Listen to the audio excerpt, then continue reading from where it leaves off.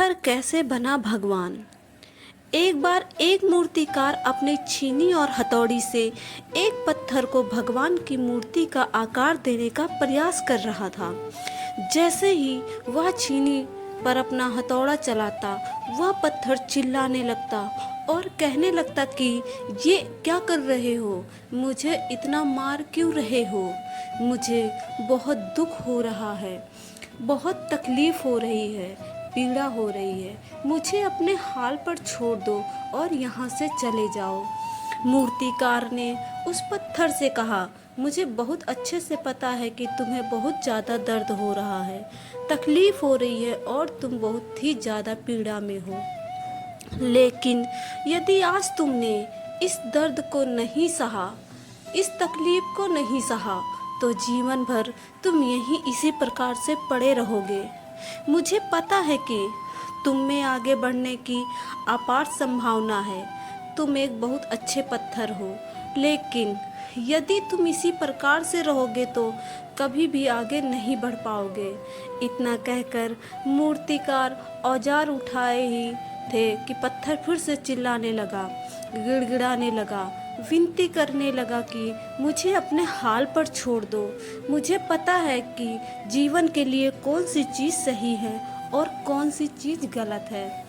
मुझे बहुत ज़्यादा दर्द हो रहा है, अब मैं इस तकलीफ़ को बहुत ज़्यादा नहीं सह सकता। मैं जिस हाल में, जो उस हाल में छोड़कर मुझे तुम यहाँ से चले जाओ। उस मूर्तिकार फिर से उसको पत्थर को समझाने की कोशिश की, ज़्यादा अधीर मत बनो और अपने सब्र को बनाए रखो, थोड़ी देर और इस दर्द को सहो। यदि इस दर्द को सह लिया तो मैं भगवान की मूर्ति के रूप में तुम्हारी स्थापना करवाऊंगा और फिर दूर दूर से लोग तुम्हारी पूजा करने आएंगे और पंडित और लोग तुम्हारी सेवा करेंगे। लेकिन पत्थर ने उस मूर्तिकार की एक भी बात नहीं मानी। वह चिल्लाता रहा और अपनी बात पर अड़ा रहा। मूर्तिकार ने उस पत्थर को समझाने की बहुत कोशिश की, लेकिन वो पत्थर नहीं माना। अब मूर्तिकार भी थक चुका था और उस पत्थर को छोड़कर आगे बढ़ गया और थोड़ी ही दूर जाकर देखा कि एक और बहुत ही अच्छा पत्थर वहाँ पड़ा हुआ था। उसने छीनी और हथौड़ी उठाई और उस पत्थर को मूर्ति बनाने के लिए वो तैयार हो गया। मूर्तिकार ने छीनी और हथौड़ी का वार दूसरे पत्थर पर जारी रखा। दूसरे पत्थर को भी दर्द हुआ, तकलीफ उससे भी हुई, लेकिन उस पत्थर ने बर्दाश्त कर लिया और देखते ही देखते थोड़ी समय के बाद उस पत्थर ने भगवान की मूर्ति का रूप धारण कर लिया। थोड़ी दिन बाद उस मूर्ति की एक मंदिर में स्थापना हो गई। धीरे धीरे कर लोग वहाँ पूजा पाठ करने आने लगे। लोगों की मन्नतें वहाँ से पूरी होने लगी और वह मंदिर बहुत ही ज़्यादा प्रसिद्ध हो गया। अब धीरे धीरे करके दूर दूर के गांव से लोग वहाँ पूजा पाठ करने आने लगे। फिर एक दिन और उसी पत्थर को उसी मंदिर में लाया गया और उसे एक कोने में रख दिया गया।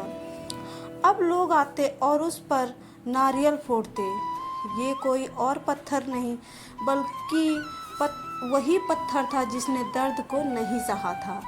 अब वो पत्थर मन ही मन बहुत ज़्यादा पछता रहा था, दुखी हो रहा था और अपने आप से कह रहा था कि काश मैंने उस दिन उस पत्थर को, उस तकलीफ़ को सह लिया होता तो आज लोग मेरी भी पूजा करते। इसलिए आप भी अपने जीवन में हमेशा याद रखिएगा कि जब भी आप अपने करियर की शुरुआत में किसी काम को कर रहे हो, पढ़ाई कर रहे हो या कोई भी काम कर रहे हो और उसमें आपको दर्द हो रहा है, तकलीफ़ हो रही है, ज़्यादा मेहनत करना पड़ रहा है, तो आप रुकिएगा मत।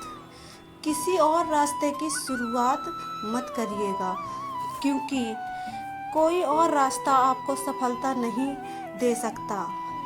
आपको उस दर्द को, उस तकलीफ को सहना ही होगा और उस दर्द को, तकलीफ को सहकर आप ज़्यादा मजबूत बनेंगे और तभी आप अपने जीवन में आगे बढ़ पाएंगे। और जीवन में हमेशा याद रखिएगा कि आपको पहले पत्थर की तरह नहीं बल्कि दूसरे पत्थर की तरह बनना है। यदि ये कहानी आपको पसंद आई हो और इससे कोई सीख मिली हो तो अपने दोस्तों और अन्य लोगों के साथ शेयर ज़रूर करिएगा। धन्यवाद।